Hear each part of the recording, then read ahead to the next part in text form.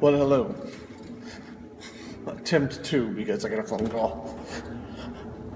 So, how are you today? I have been working to pay bills, not to thrive. I'm looking into some things, though. Really looking into some things. So, in the original version of this video, I started talking about a conversation I was having today with someone I know who's a fairly devout Republican. And I was sharing with him how there are times when I agree with Rush Limbaugh, and there are other times when I find he is too lost in his devotion to the concept of the Republican Party. I'll explain. So, for most people now, at this point, that technically, since November of 14, the Republican side of the aisle has gained majority in both the national House and Senate. However, since January, when they took their seats, they have done little to zero, closer to zero, to stop either President Obama or the Democratic agenda.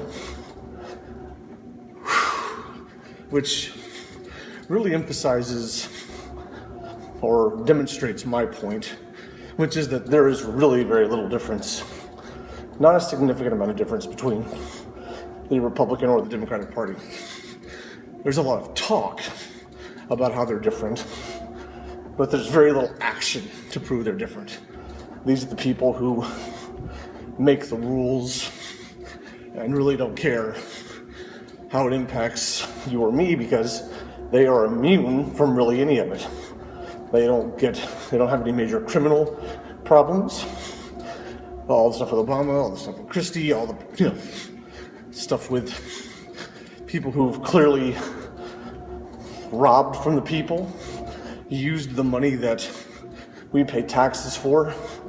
They've abused their control, and they don't have to answer for it because they are always immune. I mean, the perfect example is back in the days of Watergate, when Ford released Nixon from all criminal, or pardoned him from all criminal behavior he did with relation to Watergate. These are people who don't live by the rules that they implement for us to live by. And that's both sides of it. So don't get caught up in the talk of it. So we were talking about Rush because Rush tends to say when the Republicans don't do something, he's like, well, I can only think it's because of this.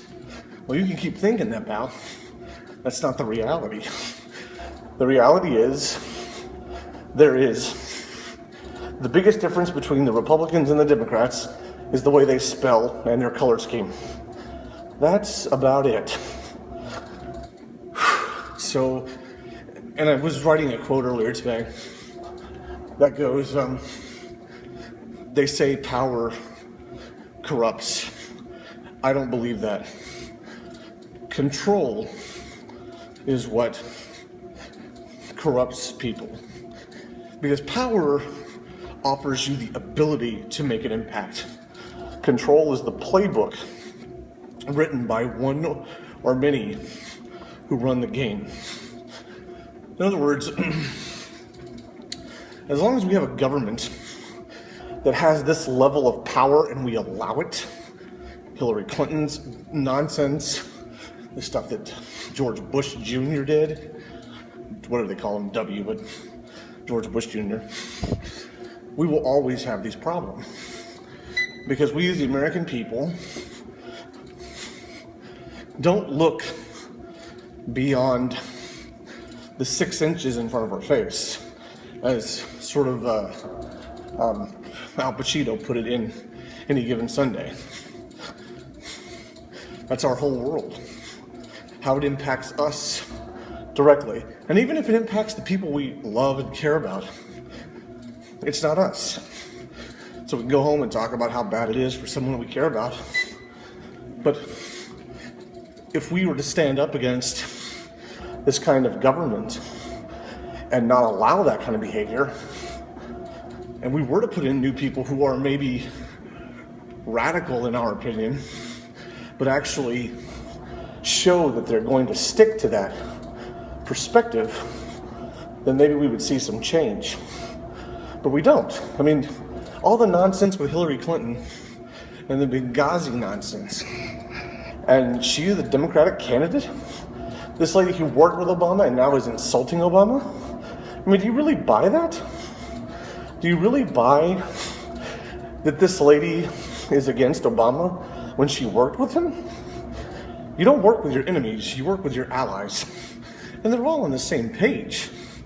They can talk all day about how Bill Clinton and Obama don't like each other. There is absolutely no reason in the world to believe that they dislike each other. That's reality TV stuff. They say, oh, there's a conflict between them. So then, why has Obama said that she would be a good president? Why is she now insulting Obama's policies when less than 2 years ago she was supporting his policies and actually, 3 years ago wasn't working with him? It's just nonsense. Don't fall for it. It just doesn't make any sense. It's just like, and Jeb Bush is very similar to Obama on immigration. Very similar. He doesn't want any major changes. He doesn't want to stop immigration. Someone on Rush's show made the most, clear statement, which is, he said, they've had 40 years to fix the immigration system and they haven't done it. It's all talk. That's exactly what it is. It's all talk. The more people, and a friend and I disagree on this. He's a very devout Democrat. And he and I disagree tremendously on this. His perspective is that the Democrat and the socialist concept of society is helping people. I believe that zero. I believe it enslaves people. Because when you make people believe that the government is going to take care of you, they're the ones who are going to take care of you, that you don't have to take care of yourself, then what you ultimately become is dependent on them. And then you let them set the rules because that's how you survive. You vote for them because they say, oh, I'm going to give you candy. Oh, but you have to have a spanking a week. That's what they do. Or they say, we're going to give you all of this, but we're going to tell you what you have to eat. We're going to give you food stamps, we're going to tell you what you can't eat. Eventually they will. They're overhauling the food system in this country day by day. I see it all the time because of my work. And that is an encroachment and a slow evaporation of your liberty when it comes to your desired food. Now, I don't think that all of that food is great for you. It doesn't mean you have to stop at cold turkey and never eat it again. It's a matter of moderation. I'm working on that. We all have to work on that in some capacity. But that's a personal choice. If you want to kill yourself with food, that's your business.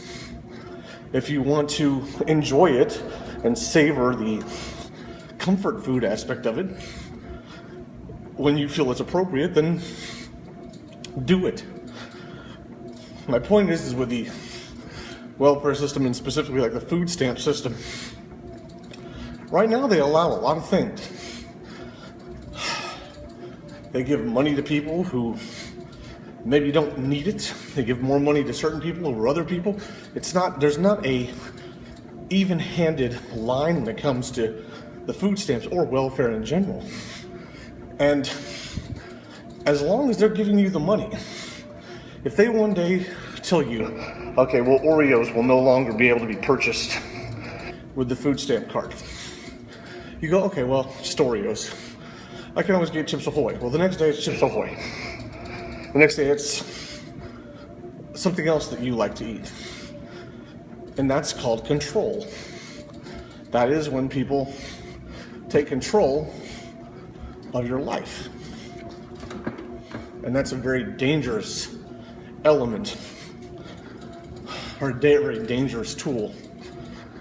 Don't confuse power with control. I don't know what that's causing that noise. It's a really obnoxious noise. Sorry if you hear that in the background. I don't know what causes that. Anyway,